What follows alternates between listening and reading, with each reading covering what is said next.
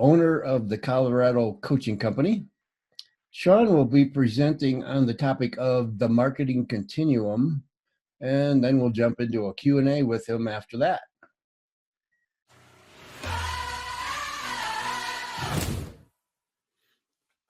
Welcome, small business owners. Glad you can join me. I'm Coach Sean McCarthy. I am a certified business coach and the founder and owner of Colorado Coaching Company. Let's see if I got that right. Colorado Coaching Company. I'm glad that you're here today. This presentation, this training really is, it's important to understand how this works for your business, but just business in general. And if as we talk about some of the topics of moving somebody from not even knowing your business exists all the way to becoming a customer, and more importantly, that repeat customer, think of how this has played or how you as a consumer have used this same kind of model, how this has affected you and what that's looked like. Do want to give out a couple of special thanks. Thank you to Jim Fisher for, let's put that back up there. Let's do that. Thank you to Jim Fisher for putting this together and bringing everybody together. And most importantly, thank you, Jim, for holding me accountable to make sure that I follow through on my promises.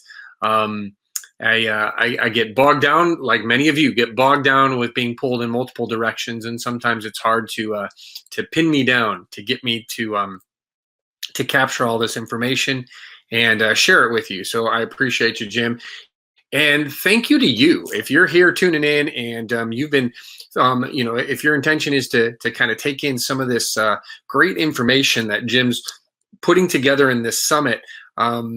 Thank you, because there's nothing worse than being a presenter and not having anybody on the other side to watch it. So I do want to encourage you to all the, for all the presenters, but particularly me, since we're chatting right now, please post your comments, throw up your likes, share the information, because that's just that small, admission fee. That's that small appreciation if you're finding this information useful. And here's the thing is, even if you've heard this all before, but right now certain pieces of this really stick out for you, and it's a great reminder, that's the whole point of what I've put together here. And I'm hoping that that's true for you, that it resonates, reminds you of a few things that you could be doing a little bit better to help grow your business and truly help bring in more customers to your business and through marketing in order to do that. So as I said, my name is Coach Sean. I've been doing this for over 10 years now. We've got a business in Loveland, Colorado. That's where Colorado Coaching Company is located.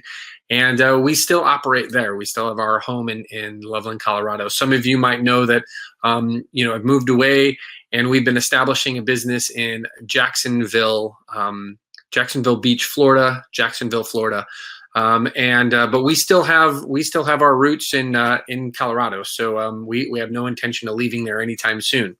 So I appreciate you being on here, and obviously if you've got questions, I look forward to engaging with you in the comment sections there. It's a little difficult to be a presenter and that kind of person there answering on the fly. So we did record this in order to get this out to you, but I have every intention of being there in the chat to be able to answer any questions I can.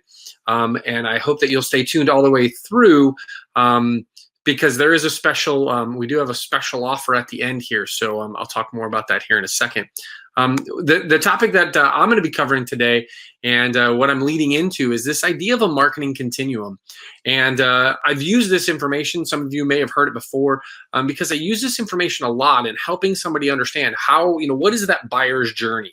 How do you take somebody who doesn't even know your business exists and move them along step by step by step by step, and the different activities and actions that you can be doing to really market your business in such a way that it naturally begins to fill that pipeline for your business, no matter what your business is.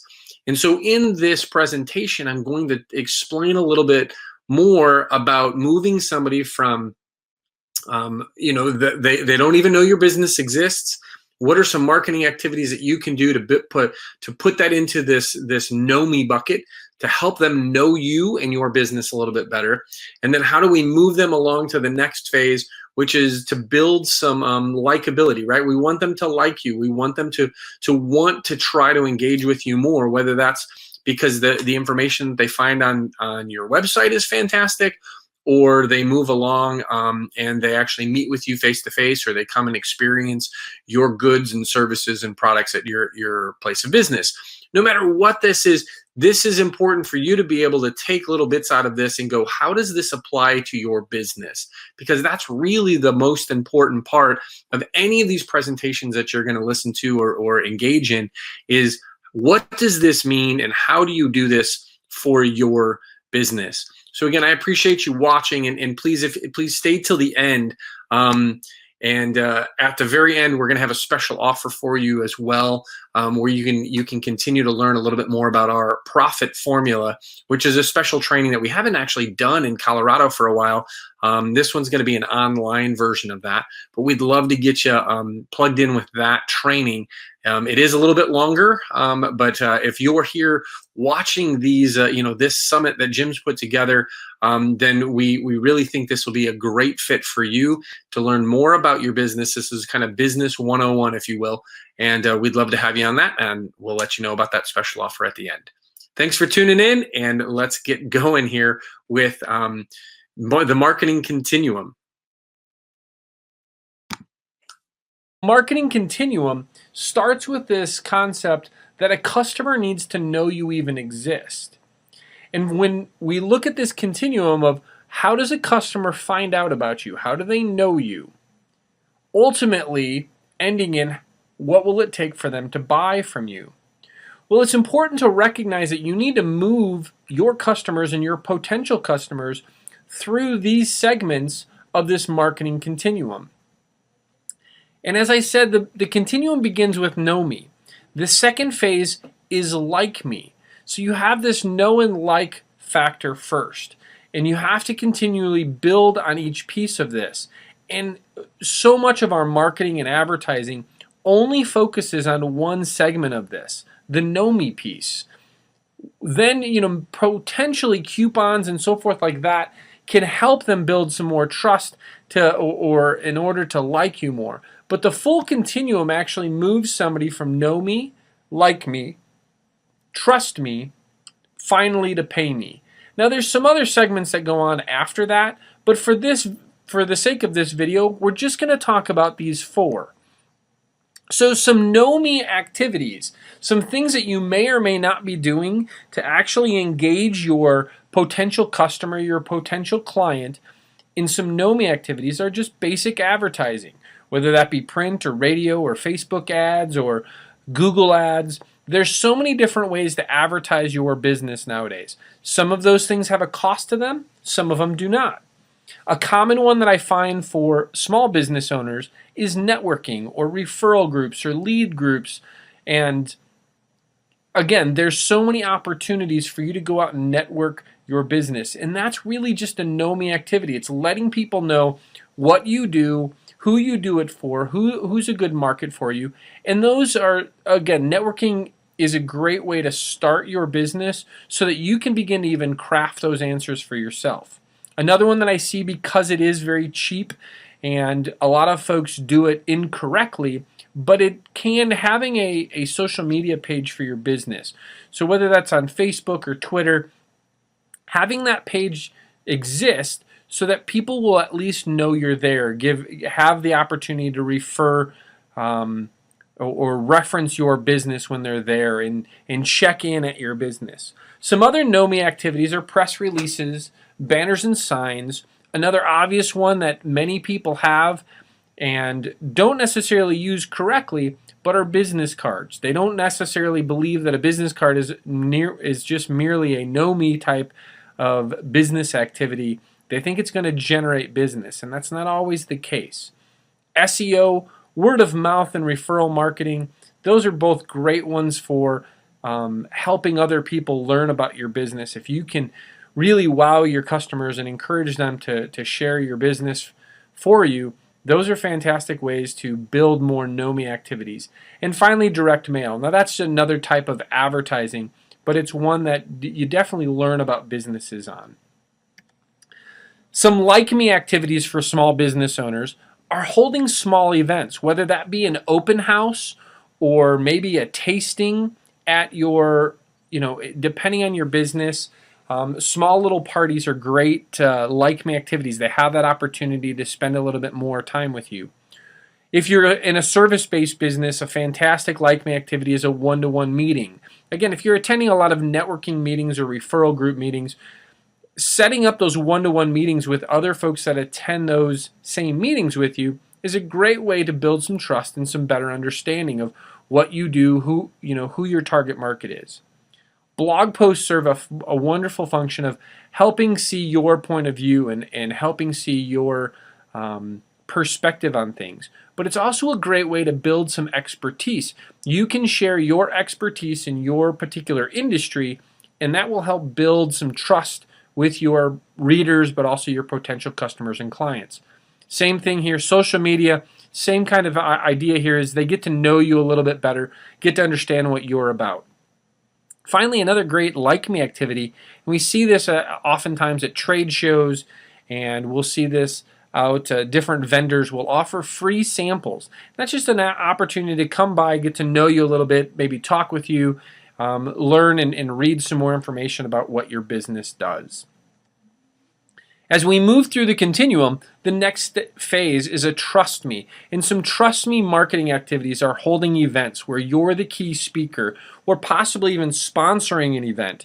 If you're sponsoring the event, you're establishing yourself associated with whatever that event is.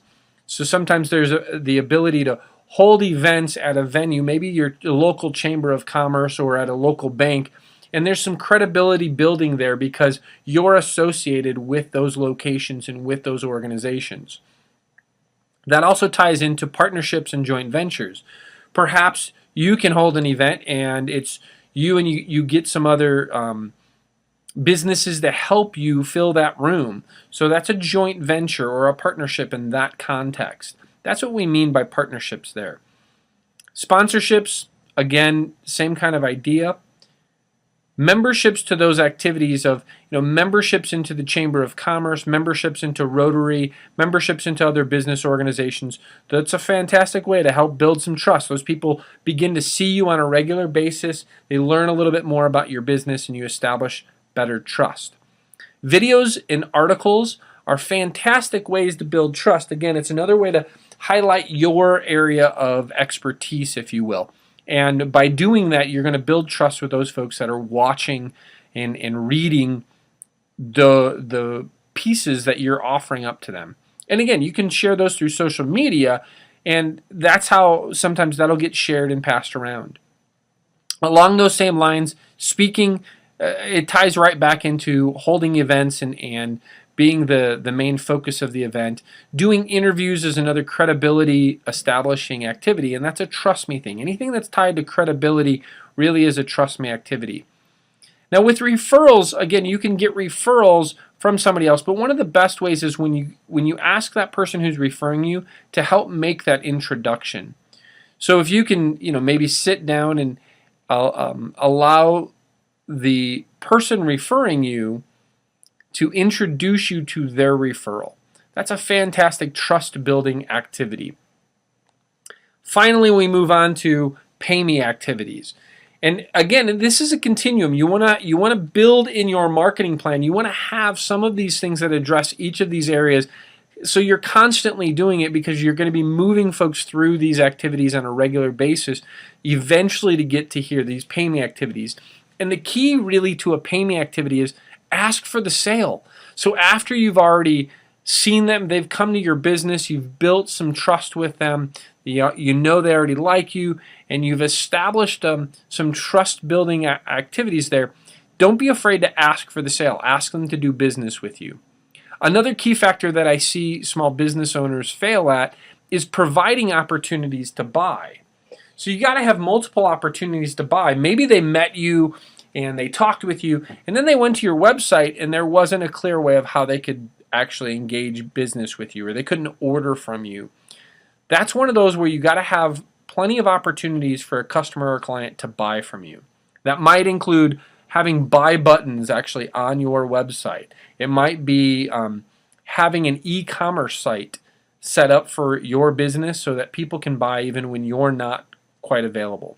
Finally, one that I see that more and more small businesses are understanding is to be able to take payment immediately. And having a Square device or a PayPal credit card swiper where you can plug that directly into your phone and you can accept payment right then and there. That's a key factor instead of let me bill you, taking checks that may or may not come through. I mean, obviously cash is king, and we always will take cash to begin that purchasing activity. But having a way to take credit card payments immediately and at that time when the person's ready to buy. Hopefully this has been helpful to you. We really hope that you'll continue to connect with us and look for other Marketing Minute videos here. You can connect with me at our website at coloradocoachingcompany.com. Follow us on Facebook at facebook.com/Colorado Coaching. We also post all these videos, these different videos that we have on youtube.com, and we're at youtube.com/Colorado Coaching. And we'd encourage you to subscribe there. Also, look below for some special links. All of the links that I mentioned above will be in the video or will be listed in the description below. But also, you can find some special links in there to click through and get some free downloads from us. Thanks for watching. Well, thank you for that presentation, Sean. Great stuff in there about the marketing continuum. You ready for a little Q&A? Oh, I'd love that. Thank you, Jim. All right. So out of all the things you talked about in that presentation, what are the top 2 that you hope any small business owner would take away and start using? I think probably the most important is actually go at a marketing or your marketing with some aspect of a plan, and understand that the better that you understand your customer or client base, the better you're going to be able to build that plan backwards. And I use a lot of analogies, and this isn't even an analogy. It's just, if you stop from a small business standpoint, you were a consumer long before you were a small business owner. And if you stop and think about how businesses attracted you, how did you find out they existed? And then how did they nurture you through that process? That's probably, and again, it's not necessarily 1 or 2, but it's really that idea of put yourself in the shoes of your customer. And then the second part is then develop your marketing plan or your marketing strategy to help connect all of that so that you can eventually lead the people who need your product and service into your business. Makes sense. Continuing with the subject of the marketing continuum, you talked about the NOMI activities. What do you see as the most effective ones that an average small business owner should be doing? And I think the one that I hear the most is probably one of the best ones, because it really helps you flush out and begin to figure out the right messaging, and that's getting out and networking. Those type of know-me activities. And the second one is, spending a little more time right now. I mean, the digital market space is so important for your business. The one that I encourage all of my clients to spend a little bit more time on is optimizing and staying consistent with your Google My Business page. There's oftentimes it's easier to rank your Google My Business page than it is to rank your own website if you have a website. So I'd rather people spend a little bit more time on their Google My Business page and a little bit more time out on the face-to-face in real life, talking with people to help people learn about their business. Right. Yeah, that makes sense. So regarding these trust building activities you were talking about, this online local business summit would be kind of a great example of that, right? Absolutely. Being able to share your message or help somebody along the lines, we're conditioned to look at and say, hey, the person that's teaching in front of the room, or the person that's teaching on from the screen, as it may be, our brains automatically default and say, well, this is somebody who knows what they're doing. And unfortunately, that's not always the case. Right. But as a small business owner, the more you can get in front of more audience or more potential audience folks, the better it is for you, or customers, as the case be. Right. And then the part of the continuum you're talking about, the pay me activities. Um, how important is it to make that easy for people to do? Not just by, you got to supply the buttons and everything, but is once they click a button, what are things you can do, small business owners can do to make that easy for people? Sure, and I talked about that in the presentation, right? Is how quickly can you take payment? How quickly, what do those steps look like? And the more that you can minimize the steps to actually do business with you, the higher your closing ratio is going to be in closing those sales. And there's so much technology now, whether that's accepting PayPal, or a way to accept credit cards through Slide and Square, and there's so many different abilities to do that. And depending on how much volume you're doing, it might make sense to talk to your local bank. They might have something for you as well. So it's in addition to the buttons, but also I encounter a lot of folks that, don't stop and think about that process. And the analogy I give on that is it's kind of like if you're like me and you get frustrated when you go to a restaurant, you had a great meal, service was fantastic, and nobody brings you the bill so you can pay for it. Been there. Yeah, that's one of my pet peeves. I'm like, that's one way it ruins the dining experience for me. But there's that sense of obligation. I hear that complaint from many consumers with businesses of, I just wasn't sure how to get engaged, or I called them. This is another one. If you're in the trades, listen carefully. I hear it all the time. I called somebody and nobody even called me back. They were ready to do business because of a referral or great reviews online. They called somebody and nobody even called them back. Granted, that's not necessarily the pay me part, but it's an extension of how easy are you to do business with? How easy do you make it to pay? I hate it when I'm having to accept credit cards and it's through PayPal and I have to lose that 2.9%. But I would rather make it easy and make sure I'm getting that payment versus waiting on a check, hunting them down, sending out multiple invoices. So the easier you can make that for your specific industry, the better it's going to be, the happier your customers are going to be, but most importantly, you're going to close more people as customers. Agreed, totally.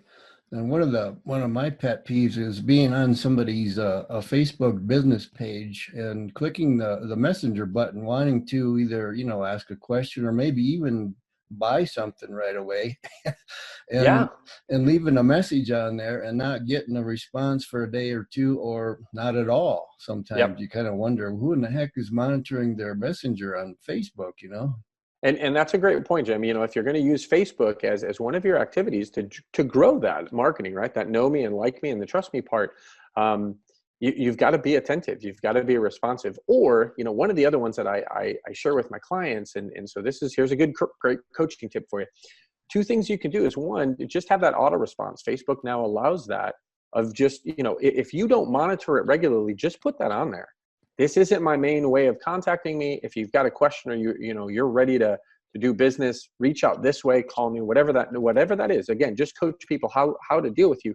But also you can do the same thing, Jim, if you prefer. I'm one that I tend not to listen to a whole lot of voicemails. And so on my voicemails, I try to say, hey, these are better ways to reach me. And I get a lot of those because I've already told them this is better. You're going to get a faster response if you do this and this. And that's all people are looking for, is show them how to do it. Yep, exactly. So, did you say are you actually living in Florida now then, Sean? Yeah, we're developing a business here in Florida. So we still have our house in Colorado. We're in the same house. We just have somebody renting it out for us right now. And the business is still located there in Loveland. And so we're still plugged in and have some of our coaches, our contract coaches that are utilizing and plugged into the community there. But yeah, we've been down here for a little better than a year now. And are starting to build up a different coaching practice. Here we're called Bold City Coaching Company. Okay. So the neat thing, though, is for those folks that are watching this, is I'm going through the same thing that you're doing. I'm using all my same techniques and trying to build the business on how I coach my clients the exact same way. I came down here, had zero contacts, and now going through that same process. And what I can say is it works effectively. But it does take time, and it takes a different focus. It's different how each market's slightly different, but you make those adjustments accordingly and address your business goals and pivots accordingly as well. Okay. So you obviously got quite a few probably coaching clients up here in Colorado. How's you communicate with them? What's the primary way you do that? Most of my clients are one-to-one clients. It's either a video chat like this, like we're doing right here, or most of it is just, we have conversations. It's over the phone, and we're available to them. We found even when we were working with folks locally, that was always the best way. And we'd have a few folks that said, "Oh, I have to meet with you. I got to do this," and we can do that. And now we can do it via video chat. Technology is amazing along those lines. I've got one client that is an international client, and we video chat no matter where he's at, just right on the phone, right? And so that makes that easy. But my preferred method, because my style of coaching, if we're actually having a true coaching conversation, I'm up on my phone in these headsets, walking around somewhere. Whether it was my office when we were in Loveland, it's my office here, or it's at the house. That it gets my brain engaged, Jim, I guess, or something.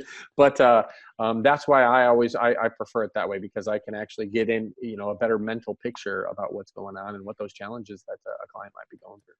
Yeah, I love seeing the business people in airports doing similar, just with the headphones on or whatever they got going on. You just know they're in a deep conversation with somebody, and they're pacing around and doing all Ex- kinds of neat stuff. Exactly. That was sometimes the most frustrating thing when I had when I'd be in my office in Loveland, and it was a face to face. And again, if it was a brand new client, they wouldn't know that that's how I worked. But one that had been around, I'm like, okay, I got to get up out of my chair. I got to go walk around to understand this. For me to serve you the best, I gotta get some action going. So it is Yeah. interesting.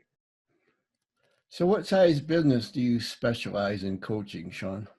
Oh, great question. And I think it's one of those differentiators for us. I through 10 plus years, I was just looking it up, and I was like, this April will be 12 years since I was certified as a business coach. And we've worked with a variety of different sizes. And I think where my passion really lies is those businesses that, really are at that 10 to 15 number or less. And I have a lot of passion for the ones that they're solopreneurs, or they're just at that point where they're about ready to hire their first employees, because those are critical times.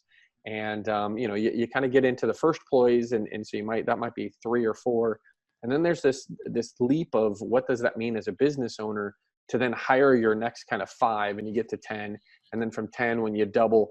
And each time there's growth that has to happen, not just in the business, but also in the person, the leader, the business owner, throughout. And part of that is just kind of developing them as a small business CEO, if you will.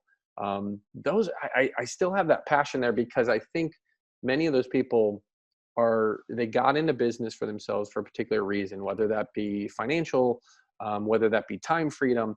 And so many times they get involved and they get, waist deep in it, and they don't see a way out. And they don't have the time that they thought they would have. They definitely don't have the finances that they thought they would have by that point in the game. And they almost feel stuck. They feel disillusioned.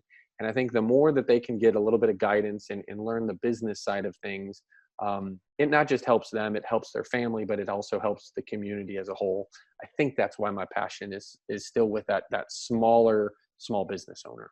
Okay, so you said like 10 to 15 employees is what you're Yep. kind of looking at there? That's about my max. And, occasionally I'll tell folks 20 or 25, and that just depends on how many salespeople they have. Because I find that a lot of times they'll have a sales team of 10, but they're all commission salespeople. Okay. Excuse me. So that skews it. But it's that family sized business. 12 is a pretty normal number that I see, because they've been able to figure out and manage that, and that's a good family dinner amount. And you got people doing different stuff, and you can still kind of manage that.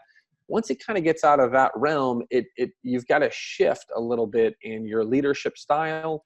You've got to shift a little bit in how you approach the business. And so that's kind of where that number kind of comes from. Okay. So what sets Colorado Coaching Company apart from its competitors? Obviously, there's maybe 1 or 2 other business coaches in the area. There definitely are. And, it's very interesting, because even from day one for us, I think one of the things that set me apart from my competition was most of my competition at that time when I first got started in building Colorado Coaching Company in the Loveland community in Northern Colorado region. Most of my competitors were people that had been laid off from HP, and they were laid off. They bought a franchise, and that meant that they bought a binder with information about how to run a business. And I found that a lot of those types of competitors that bought the franchise, a lot of the business ideas, the business systems that they would kind of help with, they weren't as connected to a small business owner. They didn't quite understand the typical small business, right? I mean, it's interesting too, is even, the IRS and the government refers to SMBs and small businesses, and they don't really understand the struggle of somebody who's a small business owner on Main Street, or that solopreneur who they're really just struggling to, how do you get people in the door? How do you go through this marketing continuum and help people move through the know me, like me, trust me? And so those competitors really, they've got they've got some great information, and they're very helpful for the right type of business, but it's also very much of what I refer to as a cookie cutter approach. And it works for most people, but if you're not that most people, they're not going to take the blame, because they're going to say, hey, this is a proven method. And where I'm, and again, this is coming from 10 plus years of clients giving me this feedback, is what I'm really good at is helping people understand how a particular idea, how a particular system applies to their business.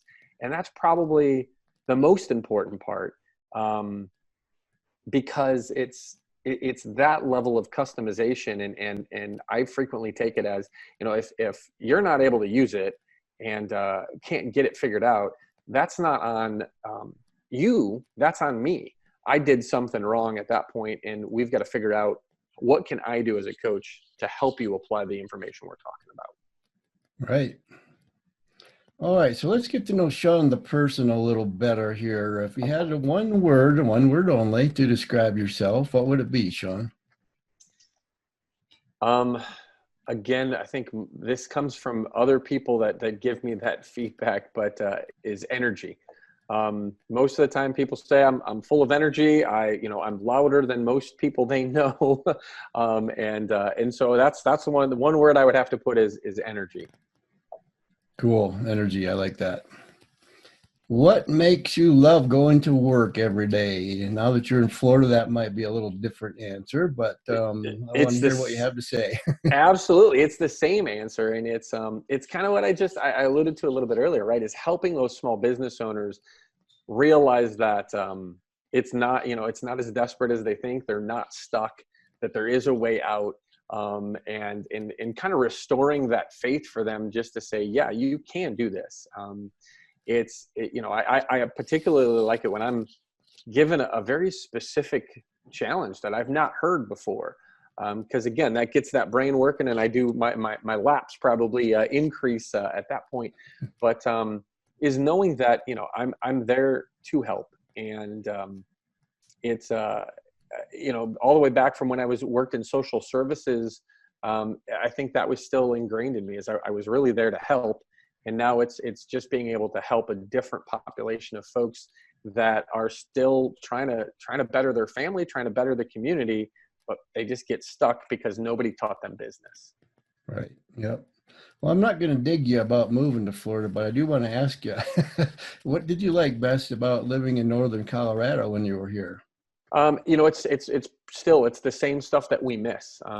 We have some friends that are visiting, and they sold their home in Northern Colorado, and they went on they've been living on the road in an RV. So they packed up their kids and their pets, and for over a year now, they've been living out of their RV. And so they're staying at one of the campgrounds here, and we were connected, and they said, so, what do you think? Are you glad you did it? Do you regret it? And it's, this still doesn't feel like home yet. And Loveland, Colorado, we definitely felt like home. We miss the community. And what we found is a lot of the stuff we thought Loveland could do better. We realized that they were actually doing it quite well. And many times you don't realize it until you're away from it. And so miss that. My wife would tell you she misses cold weather. Yeah. because we still have lots of our sweaters and turtlenecks and all that stuff. We just don't have much of an opportunity to wear them. But I think it's the community that Northern Colorado offered is probably what we missed the most. And that's also what we enjoyed the most when we were there. Okay. You got any special business quotes that you particularly like and why you would like them? I think that the one that's still there's two out there, and one is, it's on my website. It still sticks with me. It's one of the very first ones, but that was from Zig Ziglar, and it's like, if you're not part of the solution, you're part of the problem, right? That idea. And then, another one from him is you can have everything you want in life if you help enough other people get what they want and what they need in life. Yeah.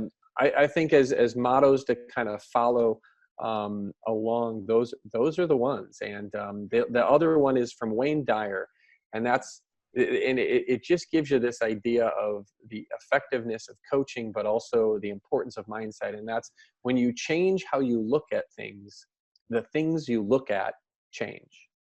And those are ones that again, I think that when I'm struggling, I go back to some of those essential quotes as a guide, as a compass for me as to how do I make that choice? Where do I go from here? That's cool. I hadn't heard anybody reference Wayne Dyer in quite a while, so I know he has had a lot of good business tips for people too. He did, and one of the things I respected about Wayne Dyer was, as he grew in his own understanding, and as he would say in his later books, in his own spirituality and that understanding along it too, he would often point out some of the errors of his previous books, which I never read an author that would do that, of like, I thought that was right at the time. Now I've learned it's different. And, so you could skip that part of this book. The rest of it's good, but let's move on here. So it's very interesting to watch his own development through his writings and as him as an author. Yep. I used to have a set of tapes by Jim Rohn, and I used to just love listening to his voice. Of course, he had a lot of good business advice too. Oh, but fantastic. Yeah, I'm sure you're familiar with him. Yes. Yeah. And there's a lot of the folks that I follow now that were highly influenced by Jim Rohn and those teachings. Yeah. Jim and Zig Ziglar and Brian Tracy, Yeah, Brian very Tracy, similar yep. times. Yeah. Yep. And Brian Tracy's still out there, and he's still putting out fantastic content. I do see something every once in a while. That's true. Yeah, that's cool.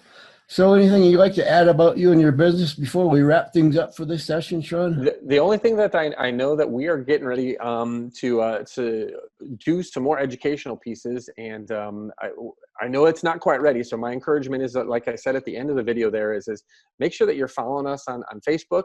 Really easy, facebook.com/Colorado Coaching. You can follow us on YouTube, and we put up some videos there and we try not to do the same ones all the time. But there's some great trainings through there as well. As this next iteration comes available, that's predominantly how we're gonna connect with folks and get them involved. So, Jim, I appreciate you putting this summit together and these amazing speakers. What a great lineup! I hope that folks take the time to not just watch, but most importantly is that follow through, the engagement. And would love to see the comments to what folks put in there, or how I could better serve you to help them stay accountable, stay on track, and so that we can kind of make sure that they're making the efforts and putting forth whatever they learn from any of these speakers, because that's really, I think, what that critical key is, right? It's great to get the ideas, but that follow up and making sure that you're being held accountable is quite important. Yep, definitely. Follow up and accountability. Awesome concepts. And you got to put them in practice, so they can't just remain concepts. That's exactly it. Yep. So it's been great getting to know you and your business a little better and sharing it with people on this summit. I'd like to thank you once again for participating in the Local Business Summit. Fun, informative, had fun, and loved it. And I'd also like to thank all of you who are attending the summit or tuning in later to watch the summit recordings, which is definitely possible. Of course, I encourage you to leave your questions and comments for Sean in the chat, and you can do that anytime, whether you're watching recordings later or the day of the summit. And we'll respond to you, chat, or either Sean or I or both of us will. And hopefully we'll see all of you again in the rest of the interviews taking place in the summit. Also want to ask, please share the summit with anybody you think might be interested and benefit from these speakers' expertise. You will find a share link in the chat that makes it very easy to share on Facebook. So I think for now, we're over and out until the next interview. Take care, Sean, and thank you. All right. Bye, everybody. Thank you very much, Jim. And go make it an amazing day. You bet.